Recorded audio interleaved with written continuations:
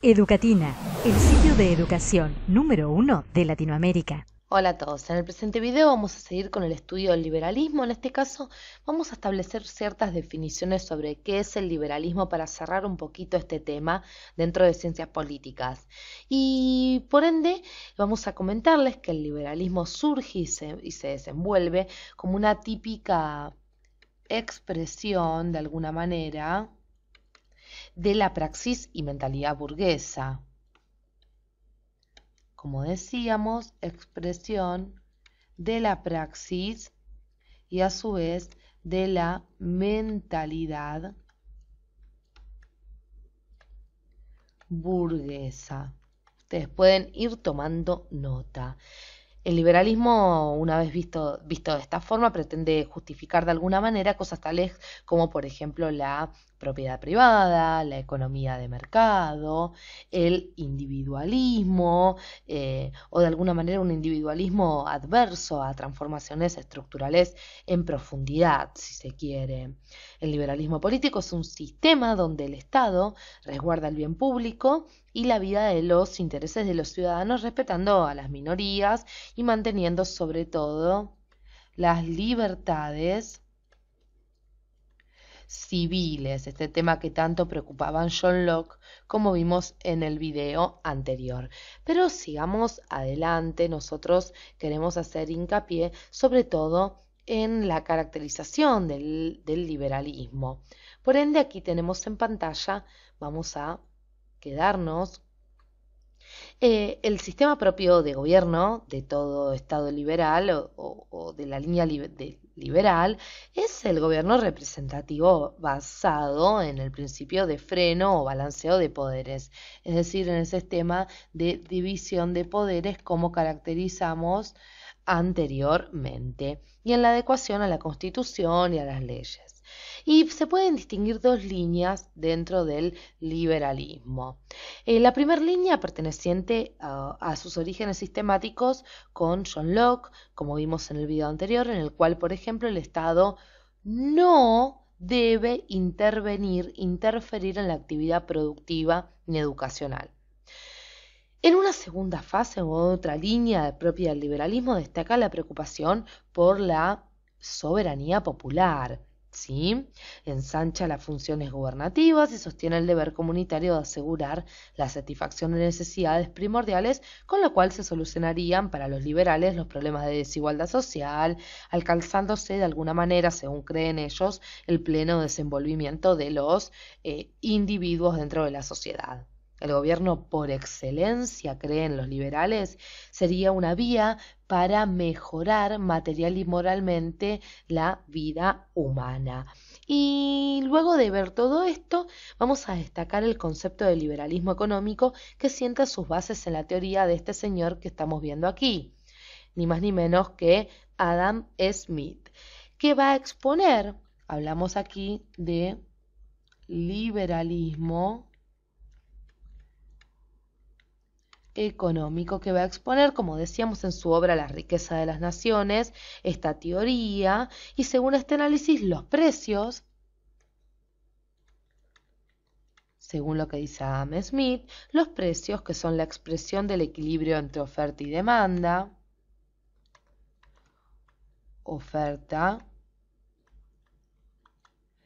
y demanda, se regulan automáticamente en el mercado a través del régimen de libre competencia.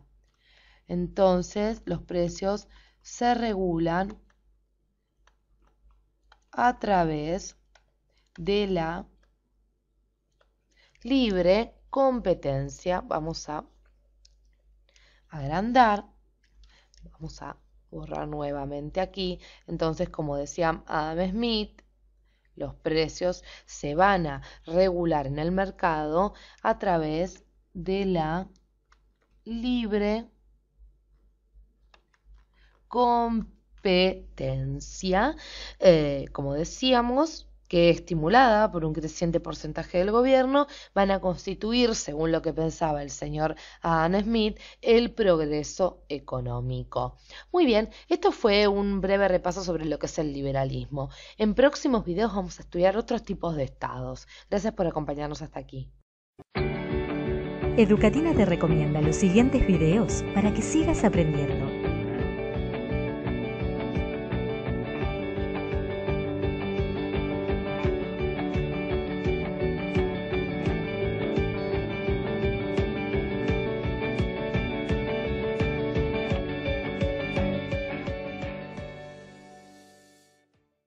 Educatina, el sitio de educación número 1 de Latinoamérica. Hola, bienvenidos a nuestros videos de ciencias políticas. Como están viendo en pantalla, en este tutorial les voy a contar qué es el anarquismo, ¿sí? Vamos a hacer un repaso sobre el anarquismo. En este video vamos a presentar un poquito, vamos a definirlo, y luego en otros videos seguiremos indagando sobre esta cuestión. Muy bien, decíamos que vamos a estudiar lo que es el anarquismo, por ende comencemos presentando al señor que estamos viendo en pantalla. Este hombre, que ustedes ven aquí, que yo estoy señalando en color rojo, se lo considera de alguna manera al padre, entre comillas, ¿sí?, de este movimiento político. Es el señor Pierre-Joseph Proudhon, ¿sí?, que nace en el año 1809 y muere en el año 1865, para que ustedes se ubiquen en qué etapa de la historia se va a desarrollar fervientemente el anarquismo. Muy bien. Se lo considera el padre del anarquismo. Incluso les cuento que Proudhon tiene una obra llamada ¿Qué es la propiedad?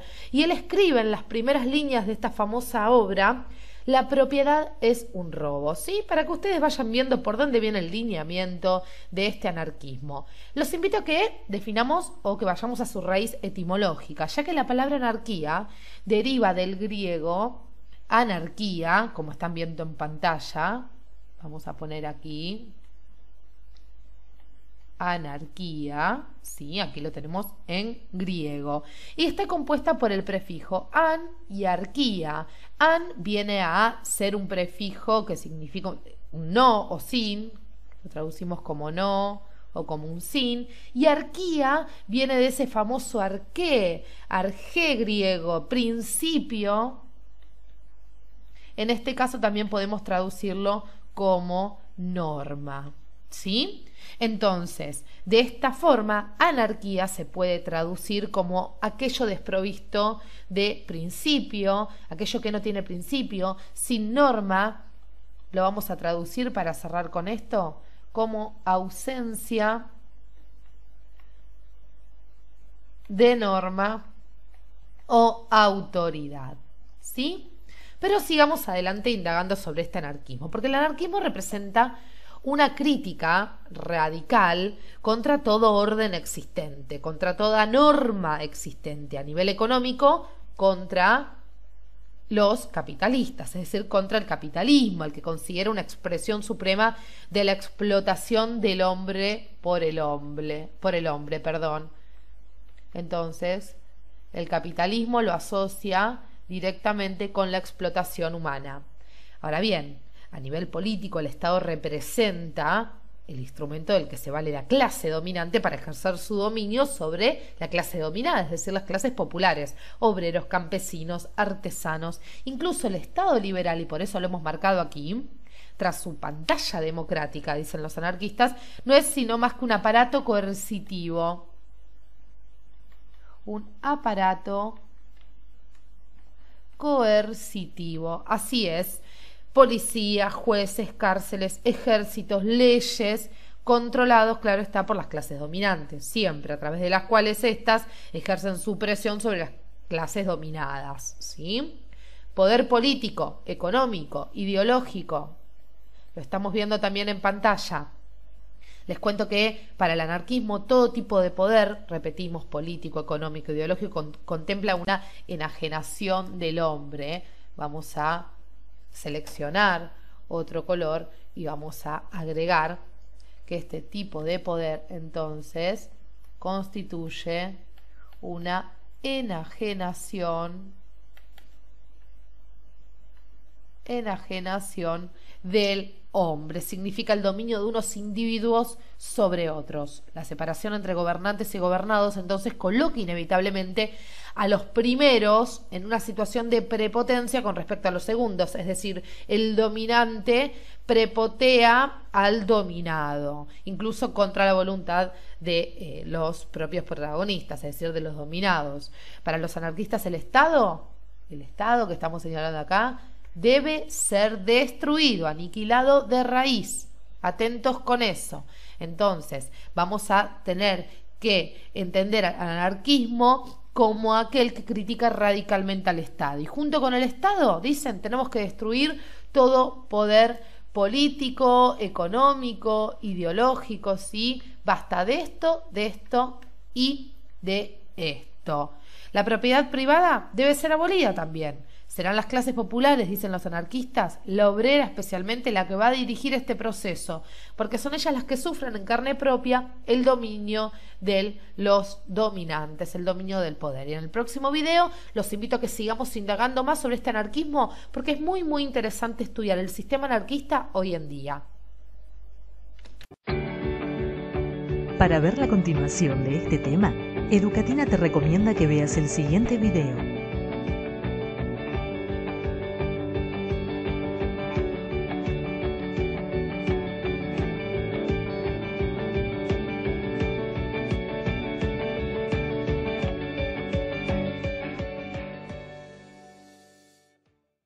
Educatina, el sitio de educación número 1 de Latinoamérica.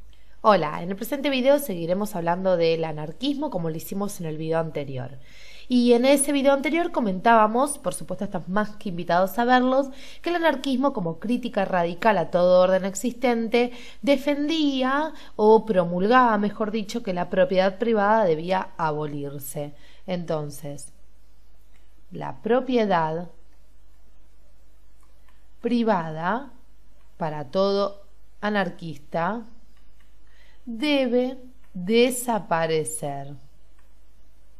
Pero sigamos indagando un poco más sobre las características del anarquismo, porque los anarquistas decían que esta propiedad privada debía desaparecer de mano de la clase obrera. Como estamos viendo en pantalla un cuadro del artista argentino Berni, la propiedad privada debía desaparecer de manos de la clase obrera, que casualmente era, por supuesto, la que padecía la opresión de la clase dominante. Ahora bien, en perfecta coherencia de alguna manera con los postulados del anarquismo, este sostiene que la clase obrera es la que debe llevar a término ese proceso revolucionario que propone, ¿no? Entonces vamos a ver acá, vamos a hacer como una especie de resumen de esta propuesta, este objetivo al cual se dirige todo anarquista, porque según los teóricos del anarquismo, estos sostienen que la clase obrera, para llevar a término este proceso revolucionario, esta revolución que proponen de conquista y destrucción del Estado, debe actuar como movimiento, contando únicamente con la fuerza y la moral surgida de las entrañas propias de aquellos que van a llevar a cabo esta revolución. Es decir, la clase obrera no debe organizarse en partidos políticos, sino que debe ser una especie de masa autoorganizada. Es decir, el anarquismo cree que el motor de la revolución surge del espontaneísmo de las masas, es decir, de esta clase obrera autoconvocada y de su propia capacidad autoorganizativa, ¿sí? Una masa entonces autoorganizada. A medida que éstas vayan adquiriendo conciencia revolucionaria, se podrá gestar y llevar a cabo la revolución. Conciencia revolucionaria, conciencia de verse como clase dominada y así poder llevar a cabo esta destrucción total del Estado, ¿sí?, y de toda clase dominante. Pero, ¿cuál es la propuesta, no, del anarquismo si se logra? Seguramente ustedes que están viendo este video habrán escuchado hablar del anarquismo. Si vienen con el video anterior dirán, bueno, los anarquistas no creen en el Estado, no creen en la propiedad privada, quieren destruir las clases dominantes, pero bueno, ¿qué proponen luego de esta gran crítica? Vamos a ver un poquito, yo armé una especie de resumen pequeño para que ustedes puedan más o menos entender cuál es la propuesta de los anarquistas. Ellos proponen un modelo social basado en el mutualismo y en el federalismo, como estamos viendo aquí en pantalla.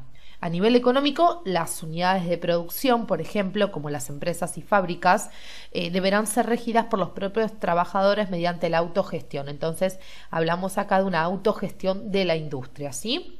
Y a nivel político, ya estamos aquí, las pequeñas comunidades, los municipios para ellos, se van a autoorganizar mediante el ejercicio de una democracia directa y se van a federar, por eso hablamos de federalismo, sucesivamente con otras comunidades, excluyendo siempre cualquier tipo de poder político que esté sobre las mismas. No aceptan el poder político.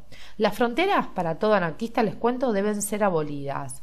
Entonces, abolición de fronteras. Y con respecto a esto, he tomado una frase que suelen utilizar los anarquistas. Ellos creen que frente al nacionalismo, tema que también vimos aquí en política, el anarquismo levanta la bandera con esta frase: la humanidad es nuestra única patria. Muy bien, en próximos videos seguiremos estudiando un poquito de ciencias políticas y nos vamos a estudiar Montesquieu y el sistema bicameral. Gracias por acompañarnos hasta aquí. Educatina te recomienda los siguientes videos para que sigas aprendiendo.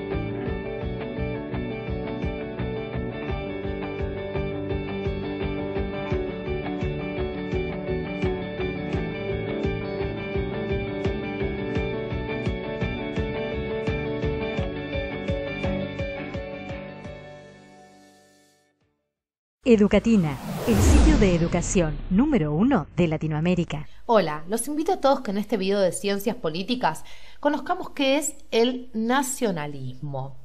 Entendemos el nacionalismo como ideología y acción política, ¿sí? Vamos a poner aquí, podemos entenderlo como, vamos a ponerlo bien, ideología, así como también lo podemos entender de alguna manera como una acción política dirigidas a construir la nación o a la defensa de la nación ya existente. Entonces, el concepto de nación hace referencia, por supuesto, a este concepto de nacionalismo. Es conceptualmente importante distinguir el nacionalismo del imperialismo. Vamos a agregar este dato. ¿Por qué?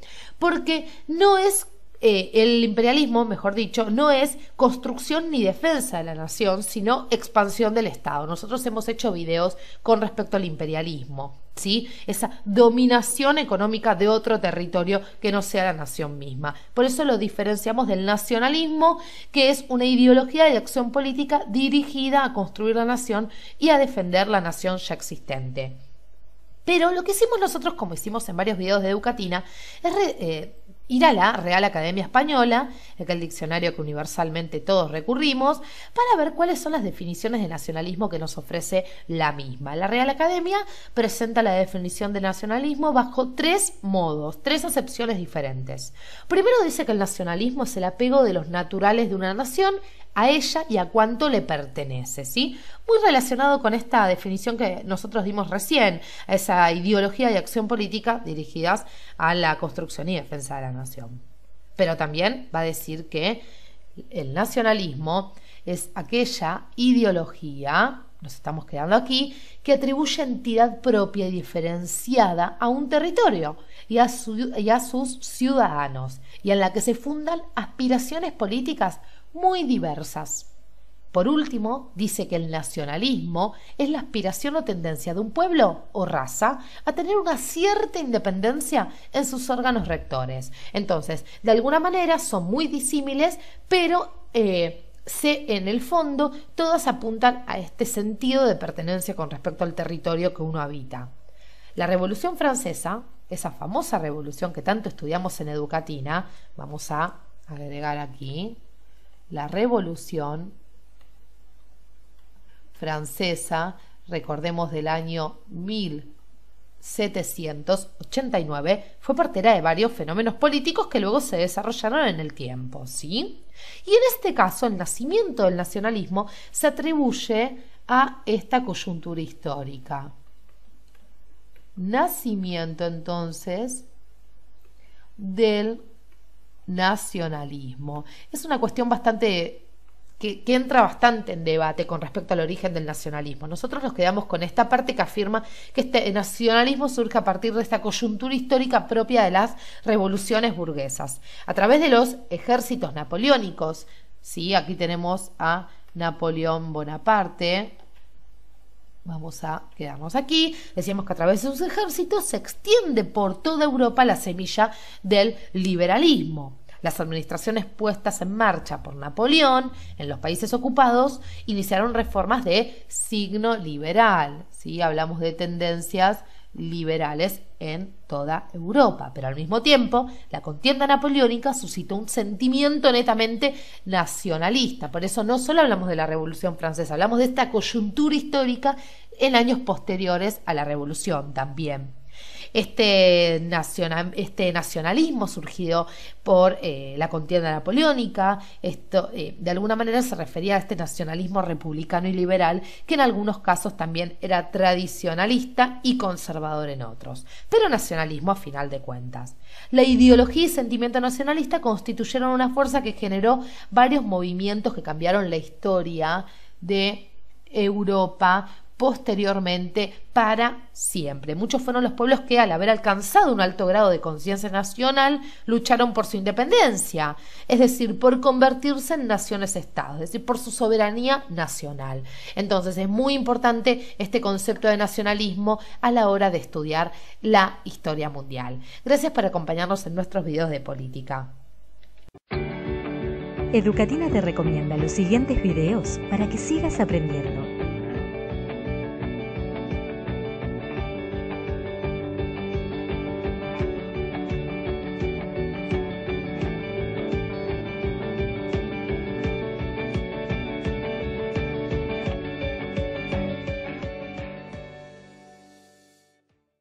Educatina, el sitio de educación número 1 de Latinoamérica. Hola a todos. En el presente video los invito a que estudiemos un tema muy interesante dentro de lo que son las ciencias políticas, que es ni más ni menos que el socialismo. Vamos a definir lo que es el socialismo y en posteriores videos los invito a que distingamos el socialismo utópico del científico. Pero primero lo primero, como decíamos, definir qué es el socialismo. El socialismo, como bien pusimos aquí, es una ideología política que surge a mediados del siglo XIX.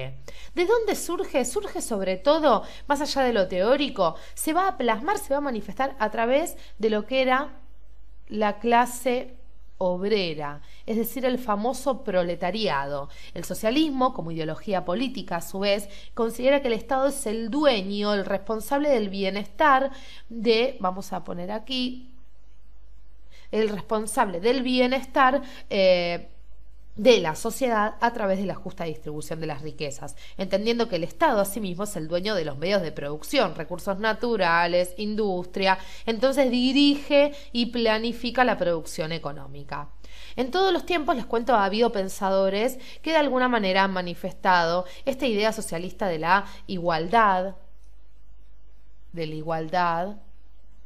social, de la justicia social. Lo vemos ya, por ejemplo, en la Edad Media, con muchas sectas que consideraban que la religión cristiana, por ejemplo, tenía que tener un mayor contenido social, pero también lo vamos a ver en el Renacimiento, en la modernidad, es decir, luego de la Edad Media. Por un lado teníamos, por ejemplo, los anabaptistas, que eran una secta luterana radical. Ellos instauraron en Westfalia una especie de protocomunismo. Pero lo que me interesa marcarles a ustedes es la figura de Tomás Moro, porque en su famosa obra, Utopía, él va a plantear un Estado socialista, vamos a poner aquí, un Estado socialista utópico a través de lo que expresa las afirmaciones de esta obra que hacíamos mención. Sigamos adelante porque llega el siglo XIX, ¿sí? Y con el siglo XIX llegan también muchos cambios. Hablamos de la revolución industrial en Inglaterra, el capitalismo, y con la revolución industrial y el capitalismo, recuerden, como vimos en varios videos, surge el proletariado, esta clase dominada, esta clase condenada a trabajar para el burgués. El proletariado, obligado a vivir en las peores condiciones de los suburbios de Gran Bretaña, se oponía, por supuesto, a la alta burguesía, que era la que acumulaba las riquezas. Y todo socialista afirma que este sistema desigual del proletariado, de alguna manera, versus el burgués o versus la burguesía, consiste en una injusticia en la cual la relación del burgués con respecto al proletariado no es más ni menos que de explotación. La burguesía, por supuesto, para todo socialista, es la que explota al proletariado, a la clase obrera, a las clases bajas. El socialismo propone una sociedad sin clases, entonces vamos a poner aquí una sociedad sin clases. Este es uno de los objetivos principales, donde se destruye el sistema capitalista, la propiedad privada, los privilegios de la burguesía, la religión, se educa a todo el pueblo y se permite la libre formación, por ejemplo, de los sindicatos. Y aquí tenemos tres personajes muy interesantes y de alguna manera los grandes teóricos del socialismo, que son ni más ni menos que Saint-Simon, como estamos viendo aquí, Charles Fourier y los grandes Marx y Engels, que vamos a estudiar en los próximos videos. Para ver la continuación de este tema, Educatina te recomienda que veas el siguiente video.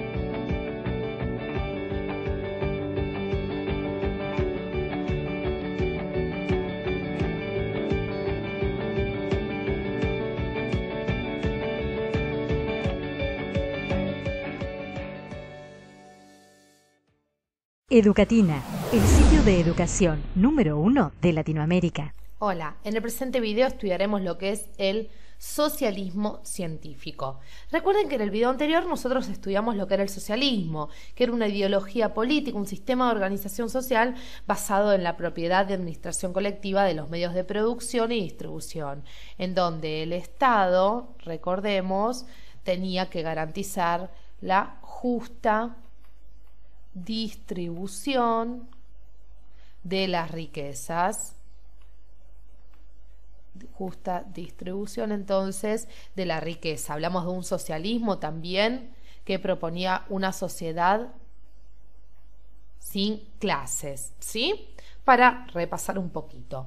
Pero en este caso lo que yo quiero es que hablemos del socialismo científico, porque como decíamos en el tutorial anterior, adelantábamos un poquito que cuando hablamos de socialismo podemos hablar de dos tipos de socialismos. Hablamos del socialismo científico, como vamos a estudiar en el presente video, y hablamos también del socialismo utópico. Vamos con el socialismo científico y con sus representantes, que serán los que vemos en pantalla. El señor Karl Marx, el famoso Marx, y el señor Engels. Vamos a anotar su nombre aquí. Ellos han sido los dos pensadores socialistas más importantes de la historia, según se considera, y sus teorías fueron divulgadas por sus discípulos bajo la denominación de socialismo científico o también comúnmente llamado marxismo, ¿sí? Como lo solemos decir cotidianamente. Sigamos adelante con el estudio del socialismo científico, porque les cuento que, a modo de resumen, para estos pensadores, la historia de la sociedad es la historia de la lucha de clases, como estamos marcando aquí. Les cuento que, a su vez, ellos creen que esta nueva clase social surgida a partir del proceso de industrialización, que es ni más que la burguesía, es la que generaba este antagonismo entre, esta lucha de clases. Entonces, dentro del socialismo científico hablamos de una burguesía que domina, por supuesto, al proletariado. No solo dentro del socialismo científico, aclaremos, dentro del socialismo en general. Entonces, la historia de la sociedad es la historia de la lucha de clases, y en la nueva sociedad burguesa surgida de la revolución industrial, el principal antagonismo era el que enfrentaba la burguesía y el proletariado. Entonces, la clase obrera se va a convertir, este proletariado se va a convertir, como decíamos, en la protagonista del proceso revolucionario. Vamos a hacer nuevamente un espacio. Vamos a quedarnos aquí porque es esta clase obrera la que Marx creía que debía dotarse de una organización que dirija el proceso revolucionario. Entonces, vamos a poner aquí encargada del proceso revolucionario. ¿Y por qué es la encargada? Porque ni más ni menos los que sufrían, la clase que sufre la opresión de la burguesía es la clase obrera. Entonces es la clase que se va a rebelar. Como decíamos, Marx creía que debían organizarse para dirigir este proceso revolucionario y actuar de aglutinante entre diversos sectores de las clases explotadas.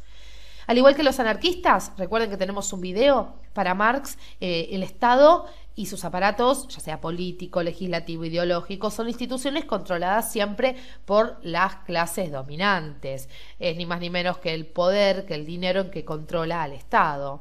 ¿Sí? Aquí tenemos como lo podemos pensar hoy en día. A su vez, la crítica de Marx al Estado se extiende al nivel de lo político, entendiendo al Estado como enajenador de la soberanía popular por parte de los profesionales de la política al servicio de las clases dominantes. El Estado termina siendo un enajenador del hombre. Marx no cree en la posibilidad de una desaparición inmediata del Estado, no quiere destruir al Estado, sino que lo que propone Marx es, de alguna manera, transformarlo. Transformar, entonces, al Estado. Es uno de los objetivos de este proceso revolucionario. Lo que cree Marx, de alguna manera, es que este Estado debe ser transformado por la clase trabajadora bajo una dictadura del proletariado, provisional y transitoria. ¿Por qué?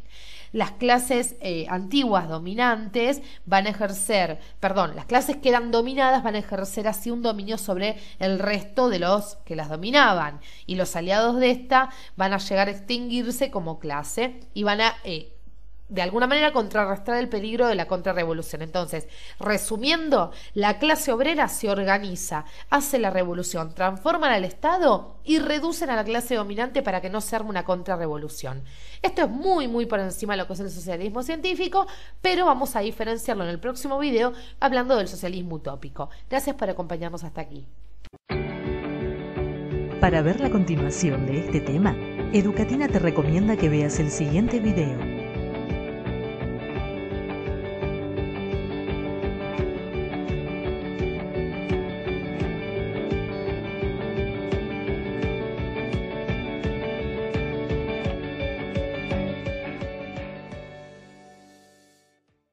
Educatina, el sitio de educación número 1 de Latinoamérica. En el presente video comenzaremos a estudiar lo que es el socialismo utópico. Por supuesto que están invitados a ver nuestros videos anteriores porque en ellos hablamos, en principio, de lo que era el socialismo y luego hablamos del socialismo científico. Hablar de socialismo utópico no nos conduce a un tiempo determinado, es decir, a una coyuntura histórica precisa, ya que desde los tiempos de la República de Platón, para que ustedes se den una idea, hasta los grandes escritos de Tomás Moro, como hemos mencionado en el video de socialismo, y su famosa utopía, encontramos vestigios de las ideas principales de este tipo de socialismo. Recordemos que Tomás Moro, vamos a mencionarlo, en su famosa Utopía, presentaba la idea de un Estado utópico, un Estado socialista utópico de alguna manera. El término socialismo utópico, les cuento asimismo, fue introducido por Marx, Karl Marx, que vimos en el video anterior de socialismo científico, y él lo introduce para diferenciar tal tipo de socialismo del llamado científico, de ese socialismo marxista, basado en un análisis científico de la realidad social. Pero vamos a ir directamente a ver qué es el socialismo utópico. Vamos a hablar de estos tres personajes que estamos viendo en pantalla, que son los teóricos de este socialismo, de alguna manera, sus ideólogos. El señor Saint-Simon, este señor que estamos señalando aquí en el medio, así como también tenemos a Robert Owen y vamos a tener también a Charles Fourier. Entonces, Fourier, Simon y Owen van a ser los tres ideólogos. Y en los primeros años del siglo XIX, y ahora sí nos vamos a Simon, vamos a quedarnos con él, Saint-Simon puso acento en la necesidad de la planificación de la economía y la organización social y política. Entonces, él proponía una planificación social, política y, por supuesto, económicas. Y él puso el acento en la necesidad de esta planificación, de esta organización social. Asimismo, Fourier de alguna manera aportó una particular concepción de la dialéctica de la historia. Vamos a ver a Fourier aquí, lo hemos seleccionado, porque lo que hace él es dividir la historia de la humanidad en 4 fases de desarrollo.